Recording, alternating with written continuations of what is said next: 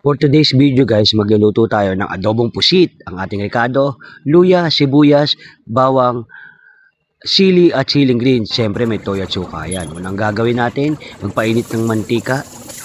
Ilagay ang luya para igisa guys. Ayan. Palabasin ang aroma. Gisahin siyang maigi guys. Yan. Mas masarap kasi yung gisang-gisa na luya para mabango. Ayan. Pag mabango na, ilagay ang ating sibuyas at bawang. Same lang guys, gigisahin din siya ng maigi guys. Papalabasin natin ang aroma ng ating mga aromatic para masarap ang ating luto. Yan.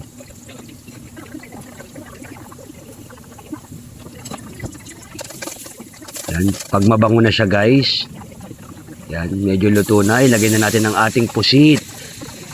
Bahagya lang natin siyang gigisahin din guys. Yan. Gigisahin din siya. Yan. Hanggang lumabas ang kanyang tinta. Yan, takpan lang natin ng bahagya. Kahit mga 10 minuto lang guys, pwede na yan. Ayan, hihintayin lang natin kumulos dyan para maluto ang ating pusit. Yan. Yan, silip-silipin din natin siya guys. Yan.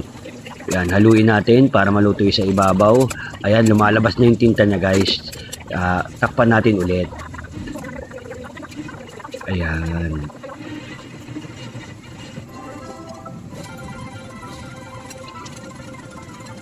Makalipas ang 10 minuto, silipin natin ulit guys. Ayan, naluto na yung tinta niya guys. Pwede natin ilagay ang toyo, suka. Ayan guys, pati yung mga seasoning guys. Pepper, paminta, siling green at siling pula sa kalaurel. Yan, takpan natin ulit. Ayan. For about mga another 10 minutes ulit guys. Yan, hayaan lang natin siyang kumulo. Ayan. Para maluto ang ating Hi guys!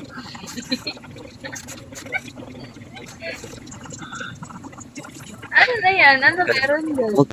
Ayan, buksan natin. Yan, luto na. Yan, ready to eat na siya pagka ganun guys. Hayaan na lang natin kumulo. Luto na ang ating adobong pusit guys.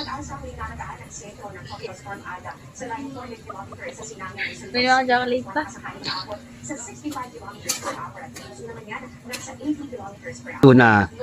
Ang pinakamasarap na portion guys, ang tikiman time. Ayan ang ating adobong pusit. Masarap sa kanin.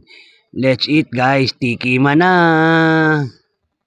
Oh, di ba? Go eat.